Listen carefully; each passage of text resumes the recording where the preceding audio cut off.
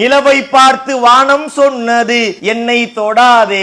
நிலவை பார்த்து வானம் சொல்லிச்சான், டோன்ட் டச் மீ. நிழலை பார்த்து பூமி சொன்னது என்னை தொடாதே. இப்ப இந்த கட்சி படம் காட்டுறேன், இந்த நிழலை பார்த்து பூமி சொல்லிச்சா என்னை தொடாதே, அது எப்படி சொல்லும்? இதுல உண்மையா பொய்யான்னு பார்க்க கூடாதாம். அப்ப நடைமுறைக்கு ஒத்து வராதுல. கவிதை என்றாலே அது பொய் தான். அதுல மிகையான வர்ணனை இருக்கும். அழகிய நிலவில் ஆக்சிஜன் நிரப்பி அங்கே உனக்கு ஒரு வீடு செய்வேன், அம்ஜி கரையில வாங்கி தரேன்னு சொல்லி நம்புவோம். நிலாவுல ஆக்சிஜன் இல்ல, என்ன செய்வாராம்? இங்க இருந்து கிருட்டுன்னு கொண்டு போவாராம். ஆக்சிஜன் கொண்டு போய் நிலாவுல நிரப்பிடுவாராம். அங்கே கொண்டு போய் மனைவியை கொண்டே வைப்பாராம். மேகத்தை பிடித்து மெத்தைகள் அமைத்து மெல்லிய பூ உன்னை தூங்க வைப்பேன். ஒரு இலவ மஞ்சு பெட்டு, ஒரு சமுக்கால, ஒரு பாய், ஒரு மேட்ரஸை விரிச்சு படுக்க வச்சாரு நம்பலாம். மேகத்தை எப்படி பிடிப்பாரு, அதை எப்படி மெத்த செய்வாரு கேட்டா அது இலக்கியம், அது கவிதை, அது பரவாயில்ல.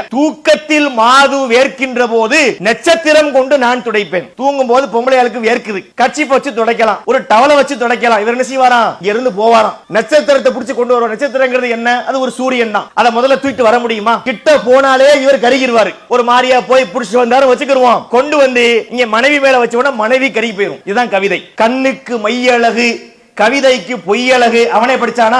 ஏன் கருத்தை விட்டுருங்க, அவனே சொல்றான் கவிதைனா பொய்ன்னு. அப்ப இந்த பொய்களும் முரண்பாடுகளும் நிறைந்திருக்கக்கூடிய இதை கொண்டு உருவாக்கப்பட்ட மௌலுது வணக்கமாக இருக்க முடியுமா? இது முதல் கேள்வி. இங்க இதை வைத்துக் கொண்டு மௌலுதுக்கு நீங்க மூடி போட்டு கோஸ் பண்ணி போட்டலாம்.